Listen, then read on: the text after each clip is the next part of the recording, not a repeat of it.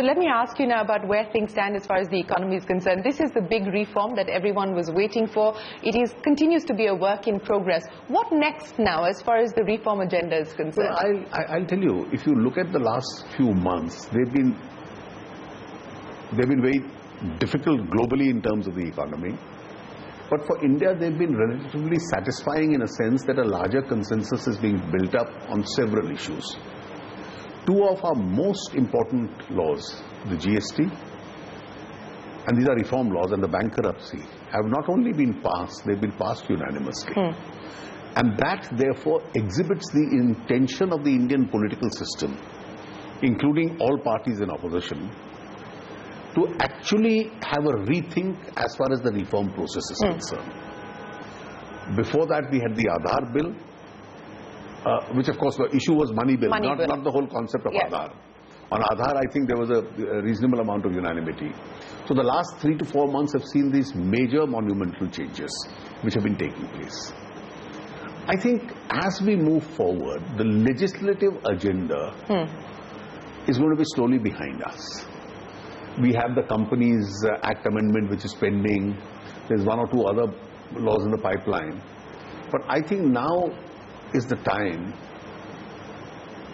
to look ahead in terms of several implementation issues. And in terms of implementation issues, with a good monsoon, hopefully a better rural demand, adding to some industrial activity in the country, I think the areas of concern now would be, one, banks, which is work in progress. Do you get any more comfort as far as the bank's NPA situation is concerned today? Well, I would say it is still a matter of concern.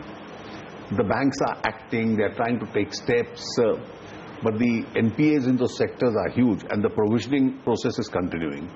Therefore, but a lot of banks have actually shown operational profit. Now, some of the banks this quarter have not only shown operational profit, but even after provisioning have shown profit.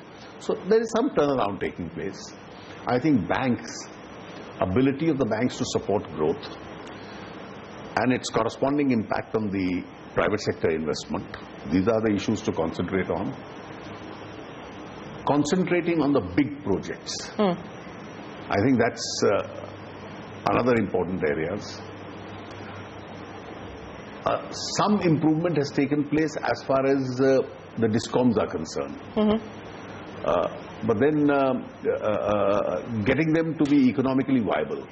And if I may extend that point just on the discoms, sir, because while the Uday scheme has taken off and most state governments have come on board, yet we don't really see a pickup in demand. We don't see power purchase agreements, for instance, being signed. Well, where do you see, how long? First 2 questions. Sure. How long will you see this? We are ahead of the global situation, but there is genuinely a global slowdown, and that's impacting us also. So in terms of demand, compared to what's happening in the rest of the world, and people have to resort to desperate measures like a negative interest rate or a 0.25% interest rate, currency devaluations. Now, these are all unconventional methods that the world is following. Fortunately, we don't have to go so far.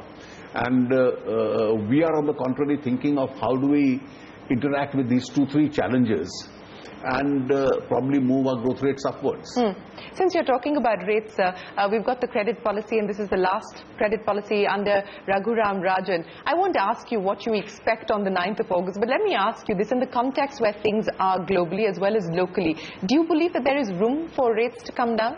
Well, I think the RBI is going to announce it in a couple of days, and therefore it's not fair for me to really make a comment. Sure. So let me ask you about what has been notified today, which is the inflation target up to 2021, 4% plus minus 2%, which is what the government has told Parliament today.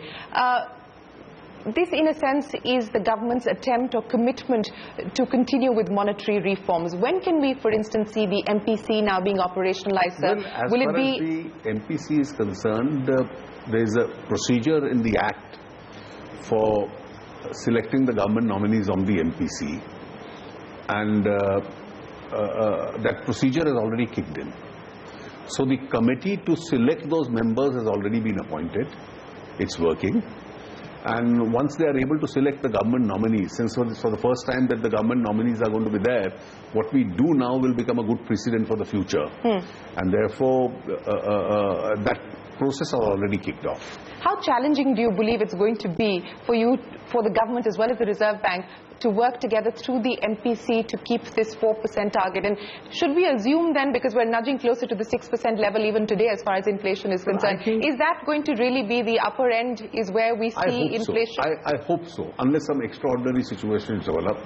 And even this 5.7, 5.8% has really been contributed by one or two particular factors: pulses, vegetables.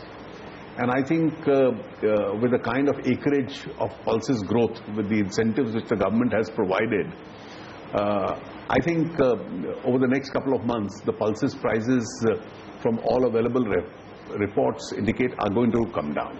Do you expect 8% plus growth, sir? Well, I think if we can grow at 7.6% with two bad monsoons, with a good monsoon, one should be a little optimistic. You were talking about the big projects. Any specific projects that have been identified? I don't have any specific project in mind, but there are those railway projects. Just as the highways has picked up in a big way, the railway projects, the two new ports to be created, some of the old industrial projects which are on account of financing, etc., still lagging behind. I think some of those ideas have to be looked at. You know, you just met with Governor Rajan. He was here as part of his free policy meeting with you, sir. It's the end of his tenure. How would you assess the legacy of Raghuram Rajan? I think he created an impact. He's leaving a good legacy behind. And I wish him all the very best. What would be the challenges for his successor, you believe? I think the challenges for his successor would really be to be a part of this whole process of turning the economy around. Because if inflation gets controlled and the rates moderate a little more, then some sectors which are still slow, real estate, etc., for instance, then have to start getting moving. And I think obviously any governor now, besides inflation, will also have to have a closer look at the banks. Mr. Jaitley, you've often said, and I remember you said this to me in previous interviews as well, that reform is the art of the possible. How did you manage to do what two previous finance ministers couldn't? I think in a continuous process, this is a learning curve. The Constitution Amendment Bill became better with every revision. We accommodated views, and nobody has said that you've done something which is unreasonable.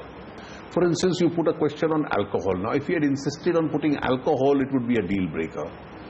On petroleum products, you have to give the states a little comfort, but allow it to come in for a future reference in mind. And I think one change which has taken place in India today, and I think that's where I see a silver lining, the popular desire to grow despite global adversities is very high.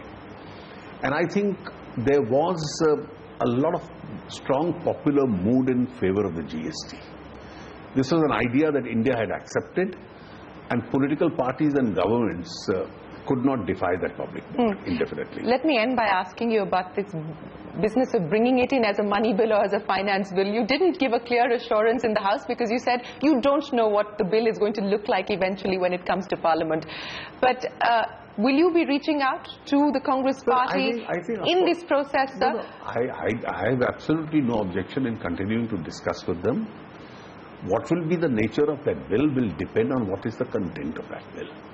Once the content is finalized, I'm sure we'll act within the framework of the Constitution. Mr. Jaitley, it's always a pleasure speaking with you. Thank you very much for joining us on CNBC TV 18. Appreciate your time. On that note, it is time for us to wrap up this CNBC TV 18 special. From all of us here, goodbye. Many thanks for watching.